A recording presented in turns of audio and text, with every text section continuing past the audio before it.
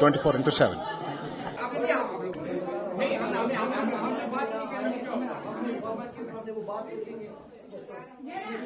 Factory में थोड़े बैठना है, हमें मजदूरी नहीं करनी है अपनी, ये यहाँ पर जब भी इस तरह की कृषि की सरहद के इलाकों में होती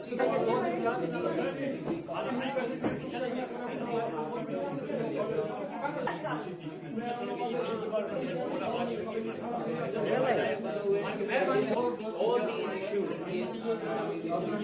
women, ladies, kids, all shifting to this.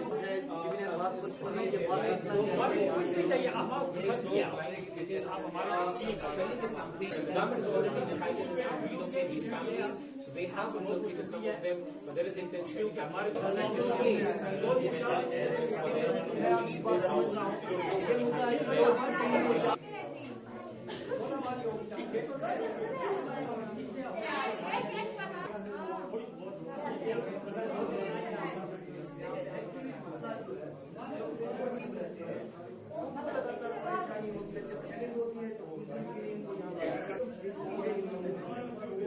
ये लोग बात कर रहे हैं, बात कर रहे हैं, बात करने की कोशिश की है, जानने की कोशिश की। आखिर अगर ये लोग यहाँ पर आए हैं तो सुरक्षा से ने ये स्टेप जो है वो उठाया है, लेकिन आगे और इसमें करने की जरूरत है।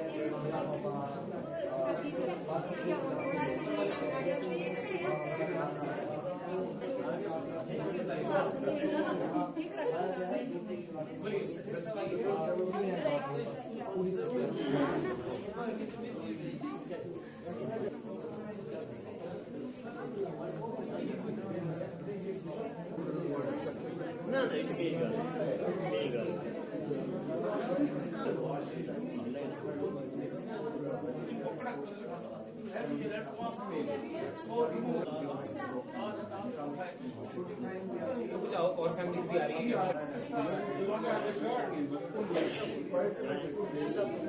Thank you.